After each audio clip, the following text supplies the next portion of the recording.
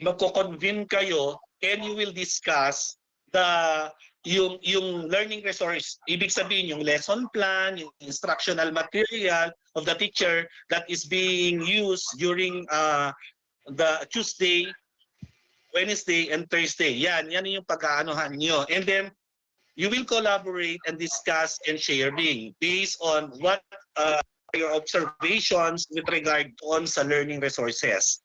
And of course, you also have the personal reading and initial planning. So teachers think of lesson goals, what they do and how they will do it. And collaborative discussions again and sharing, teachers think of the lesson goals, what they do, and how they will do it again. Okay? And personal lesson preparation, they will gather information based on teachers and finalize their approach. And for the sixth step, the collaborative discussion and sharing, you will be dealing here the final approach shared by your colleagues or your peers.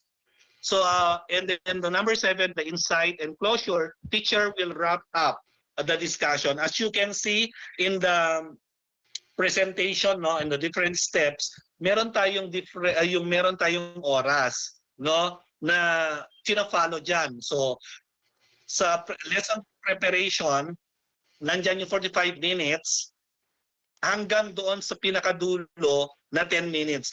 Ano ang ibig sabihin nito? What's the what this presentation tells us? That every Monday, wala kayong turo, you need to consume the 8 hours for the collaborative expertise for the Monday. Okay? Kasi yung 1 to 19, July 1 to 19, cover po doon yung Mondays to Fridays nyo, na counted po yun dun sa babayaran sa inyo, at the same time, dun sa i-avail nyo na service credit. Okay, clear po tayo doon ha. Hindi lang tayo nagbe-base doon sa Tuesday, Wednesday, and Thursday, but Monday and Friday is also included doon, based doon sa ating timeline na July 1 to 19. Okay? And then, enhancing the job embedded learning opportunities for teachers. So yung job means job embedded learning promotes reflective practice, promotes collaboration with colleagues, exploration for innovative teaching approaches. Okay? And through embedded learning, teachers can address real-time challenges, refine their teaching method, increase their efficacy in addressing the diverse needs of learners. Okay? So, just ignore the enhancement camp here. We will just be focusing on the intervention and consolidation. So as presented by my colleagues a while ago, the Sir Doc CJ and Doc Mondoy, this will run for 3 weeks from July 1 to 19. Okay, as I presented a while ago, that Monday is for collaborative planning and preparation. Friday is for collaborative review of instruction, and the actual CAM, okay, yung teaching and learning engagement of the teacher and the learner ay Tuesday, Wednesday, and Thursday.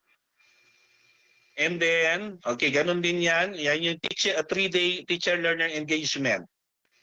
Oh, and then for the Friday, kung meron tayong steps for Monday collaborative expertise, we also have Friday. So ito yung personal organization of ideas and feedback about the lesson, focusing on the content, components, learning within a subject, and grade. Each teacher to reflect on their points of view about the lesson content and how content was presented.